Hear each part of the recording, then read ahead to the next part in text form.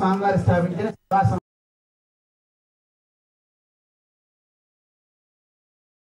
సంస్థ ఉంటుంది. అందరం కలిసి అక్కడ వాళ్ళకి కావాల్సినటువంటి నిత్యావసర వస్తువులని వాళ్ళకి పాపం మనకంటే ఇంకా కృష్ణా జిల్లాలో ఉన్న వాళ్ళకి హెచ్చరికలు జారీ చేశారు.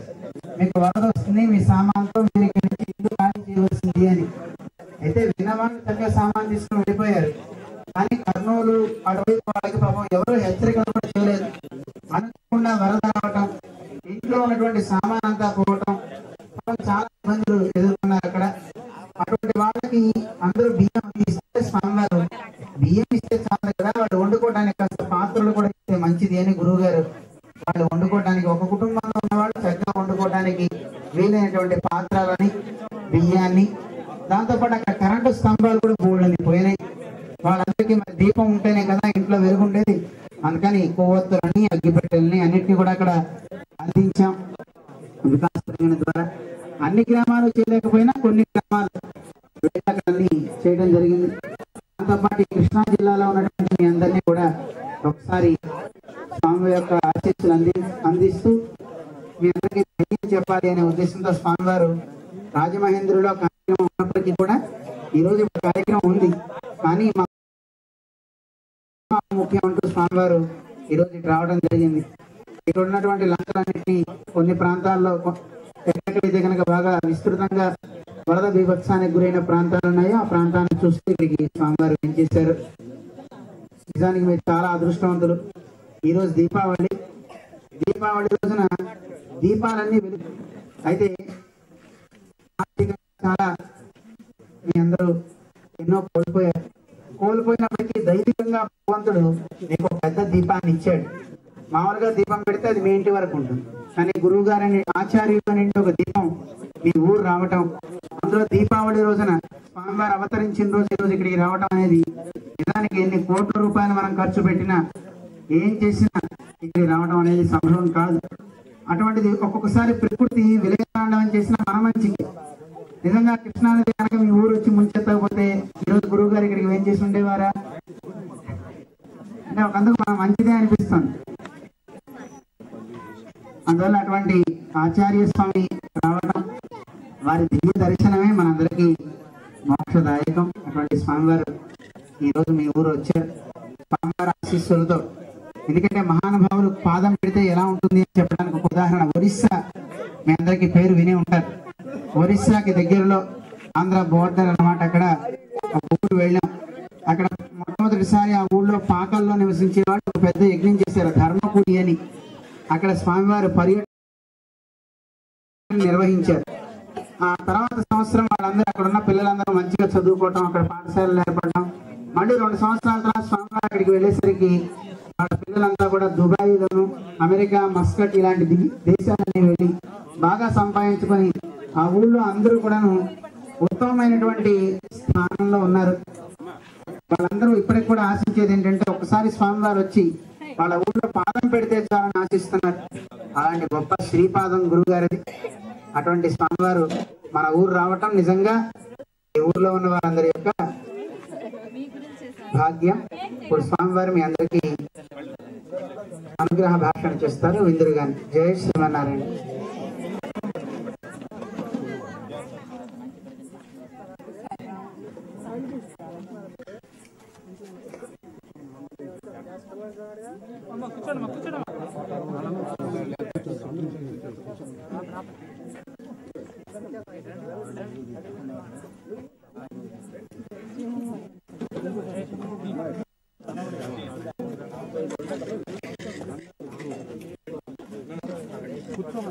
కూర్చోండి మీటింగ్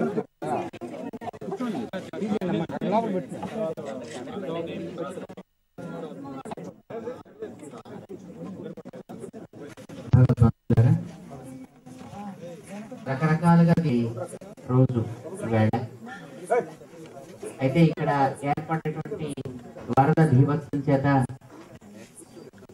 మనం భవిష్యత్తులో ఏ రకంగా తిరిగి కాళ్ళు నిలదొక్కుకోగలుగుతాము అని ఆలోచించుకోవాల్సినటువంటి సమయం అయింది ఇది. అయితే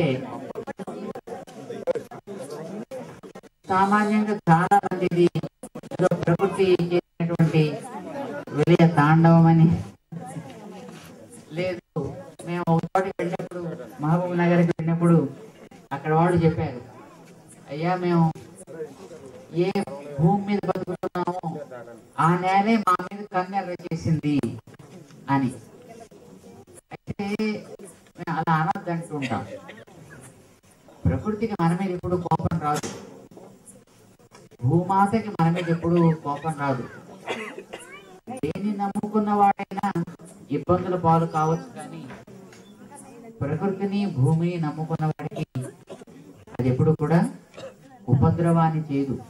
అయితే ఇలాంటివే కొంత తాత్కాలికంగా ఒకవేళ ఏమైనా జరిగినా బహుశా అది మనకి మళ్ళీ కొత్త ధైర్యాన్ని ఇచ్చి మన పాడి పంట మళ్ళీ మంచిగా తయారు చేసుకోవడానికి అయింది అని మనం అనుకోవడం చాలా మంచిది అనేది మా యొక్క అభిప్రాయం. అంటే మనం అయ్యో ప్రకృతి మా మీద కన్నెర్ర చేసిందే అని మనం అన్నా మళ్ళీ వచ్చిన పంట పోతుంది, వెనక్కి పోదు. అని కష్టపోయిన పంటలు తిరిగి వస్తాయా? రావు. అయితే మనం అయ్యో ప్రకృతి మమ్మల్ని ఏదైనా కష్టపెట్టింది లేకపోతే వంచింది అని అనుకుంటే, మన ఉపకారం చేసి ఇంతకాలం మనని తిండి పెట్టి బట్ట ఇచ్చి నీడనిచ్చి ఎన్నో రకాల ఉపకారం చేసిన ప్రకృతిని మన చిన్న మాట్లాడడం అవుతుంది. అలా అనొద్దు అన్నమాట. మనం ఎప్పుడు కూడా ప్రకృతి మనకి అన్యాయం చేసిందనో, అయ్యో ఏదో వేరే తాండవం చేస్తుందనో, సామాన్యంగా ఇలాంటి మాటలు మనకి జనాలుగా వినిపిస్తుంటాయి. కానీ ఆ మాటలు మనం అనుకోవడం కంటే బహుశా ప్రకృతి మళ్ళీ మనని మనం కొంచెం ధైర్యం తెచ్చుకోవడానికి బహుశా ఒక పరీక్ష పెట్టింది అని అనుకుంటే అది మనకి చాలా శ్రేయస్కరం. ఇప్పుడు జరిగినటువంటి ఈ వరదల వల్ల చాలా ప్రాంతాలు దెబ్బతిన్నాయి. ఇందాక మన అహోబిల రామానుజ జిఎస్ గారు చెప్పినట్టుగా మన ఆంధ్ర రాష్ట్రంలో చాలా జిల్లాలు దెబ్బతిన్నాయి. మన కృష్ణా జిల్లా, గుంటూరు జిల్లాలు ఎలాగైతే దెబ్బతిన్నాయో ఈ వచ్చినటువంటి వరద ముప్పు వల్ల, అట్లాగే ఇక్కడ రావడానికంటే ముందు అటు కర్నూలు, మహబూబ్ నగర్, నల్గొండ ప్రాంతాల్లో ఉండేటువంటి వాళ్ళు కూడా చాలా రకాలైనటువంటి ఇబ్బందులు ఎదురయ్యాయి. అక్కడ కూడా చాలా గ్రామాలు మునిగిపోయాయి. అయితే అదృష్టం కొద్ది మన ప్రాంతాల్లో ప్రాణ నష్టం అయిపోతారు కదా, కానీ కర్నూలు ప్రాంతాల్లో అక్కడను ప్రాణ నష్టం కూడా జరిగిందన్నమాట. ఎందుకంటే మన ప్రాంతాల్లో అప్పుడప్పుడు ఏదో ఇలా నీళ్ళు ఎక్కువ రావడం అనేది కొంచెం మనకు అలవాటు ఉంది, కానీ ఆ ప్రాంతాల్లో వాళ్ళకి అలా నీళ్లు రావడం అనేటువంటిది, వరదలు రావడం అనేటువంటి పెద్దగా అసలు రాయలసీమ ప్రాంతాల్లో నీళ్లు రావడమే కష్టం. అలాంటిది అక్కడ వాళ్ళకి సడన్గా వచ్చింది, అందులోనూ రాత్రికి రాత్రి వచ్చింది. బహుశా మీరు టీవీలోనే గట్రా చూసుంటారు, ఎక్కడ కూర్చున్న ఆవులు కూర్చున్నట్టే ప్రాణాలు పశువు కట్టిన పశువుల్ని వాళ్ళకి ఉప్పి బయటికి వెళ్ళే కూడా లేకుండా అవి ప్రాణాలు కోల్పోయి మనుషులందరూ కూడా చాలా దారుణమైనటువంటి మరణాన్ని పొంది చాలా కష్టపడ్డారు. మన వికాస్ తరంగిణి అవకాశం ఉన్నంత వరకు ఆ ప్రాంతాల్లో కూడా సేవలు అందిస్తుంది అన్నమాట. మనం అటు కర్నూలు ప్రాంతాల్లో కొన్ని ప్రాంతాల్లో సేవలు అందిస్తున్నాం, మహబూబ్ నగర్ జిల్లాలో కొన్ని గ్రామాల్లో మన వాళ్ళు సేవలు అందిస్తున్నారు. అలానే నల్గొండ జిల్లాలో దెబ్బతిన్నటువంటి కొన్ని ప్రాంతాల్లో మన వాళ్ళు సేవలు అందిస్తున్నారు. అలానే ఇటు పక్కన ఈ కృష్ణా, గుంటూరు జిల్లాల్లో కాస్త ఏదైనా సేవని మనం ఇక్కడ అందించాలి, ఇక్కడ దెబ్బతిన్నటువంటి కుటుంబాలకి, గ్రామీణులకి కూడాను అనే ఉద్దేశంతో కొన్ని సేవా కార్యక్రమాన్ని ఇక్కడ కూడా గతంలో మన అహోబిలి స్వామి గారు కొన్ని ప్రాంతాలను పర్యటించి ఇక్కడ ఉండే మన వికాస్ జరిగిన వాళ్ళందరి యొక్క ఏర్పాట్లతో నీటిలో మునిగి ఉండేటటువంటి ఆ దృశ్యాన్ని అప్పుడు ఒకసారి చూసి ఎలా ఉందో అని భగవంతుడి ప్రార్థన చేసేటటువంటి స్థితి ఏర్పడలేదు. అంటే ఆ స్థితి మాకు కలగలేదు, అంటే మేము అప్పుడు రాలేకపోయాం, దూర ప్రాంతాల్లో ఉండాల్సి వచ్చింది. మేము ఎక్కడో బయటికి వెళ్ళి నిన్న రాత్రి రావడం జరిగింది. రాగానే ఇటు పక్కకి వచ్చాం. మీ ప్రాంతాల్లో జరిగిన నష్టాన్ని ఇప్పుడే మేము చూస్తున్నాం. అక్కడ ఎంతెంత ఎత్తు నీళ్లు వచ్చి ఇళ్ళన్ని నీళ్ళల్లో మునిగిపోతే ఇళ్ళు వదిలి ఎక్కడికి బయటికి వెళ్లకుండా మీరంతా ఎంతో మనోధైర్యంతో ఈ డాబాల మీద ఆ డాబాల మీద పాకల మీద ఇలాగా ఆ 4-5 రోజుల పాటు కోసమే అనుకుంటాం. ఆ చీకట్లో రాత్రులు ఆ జల జంతువుల మధ్యలో కూర్చుని ప్రాణాలని చేతుల్లో